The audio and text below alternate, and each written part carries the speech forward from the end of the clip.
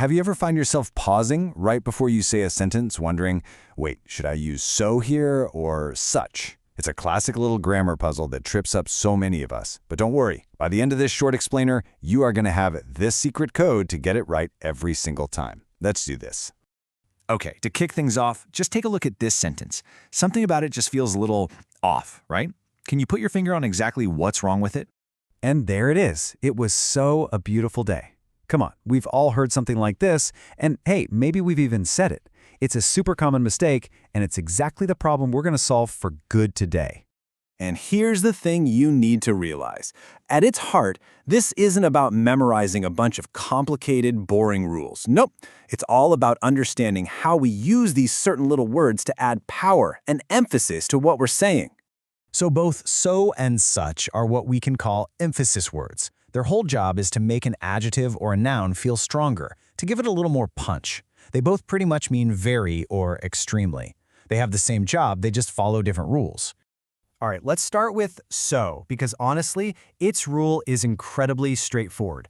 Once you see the pattern, I promise you, you are not going to forget it.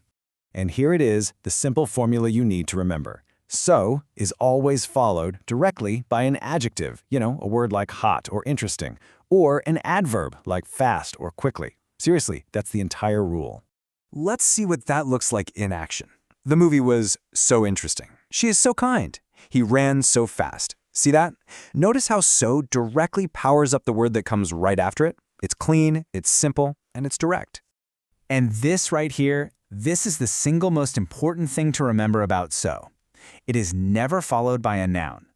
You can say someone is so beautiful, but you just can't say they are a so beautiful girl. That is the absolute key. Okay, now let's move on to such. And here's the fun part. If so avoids nouns, well, such is their best friend. In fact, for such, the noun is the secret ingredient. The formula for such looks a little something like this. It's such, which is often followed by a or an, then you have an adjective, and finally the star of the show, the noun. And what's really great here is just how versatile this formula is. It works for singular nouns like such a nice person. It works for plural nouns like such good students. See how we drop the a there? And it even works for uncountable nouns like such bad weather. So here is the golden rule for such, and it's the exact opposite of the rule for so. Such must have a noun somewhere in the phrase that follows. That's its entire purpose. It's like a magnet for nouns.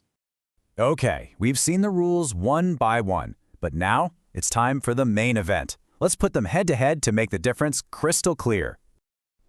This table lays it all out perfectly. On the left side, you've got so plus an adjective, so big, so cold, and on the right, such needs to grab that noun to complete the thought, such a big house, such cold weather. You see the difference? Let's look at that last example again, because these two sentences mean the exact same thing. The movie was so interesting, or it was such an interesting movie. The only difference is the grammar. One structure uses so and stops right before the noun, while the other uses such specifically to include the noun.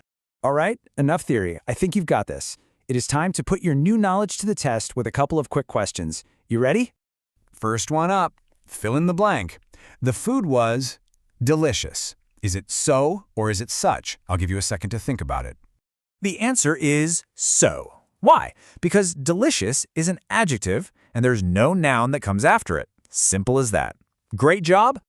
Okay, round two. They had a great time. What's the answer here? So or such? And the answer is such. You probably spotted it right away.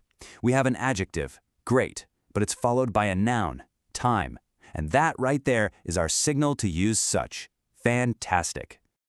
Okay, to wrap all of this up, let's distill everything we've learned into a really simple two-step cheat sheet that you can use anytime you're not sure. Here's the only test you are ever going to need. First, just look at what comes after the blank, and then ask yourself, is there a noun? If the answer is yes, you use such. If the answer is no, you use so. That's the entire logic, right there. If you take away just one single thing from this whole explainer, let it be this. When you're choosing between so and such, remember that the noun is the key. It unlocks the entire puzzle. And now, to make sure all of this really sticks, it's your turn. Try it out. Think of something, anything at all. and describe it using so or such in a sentence down below. I'm really looking forward to reading your examples. Thanks for joining me.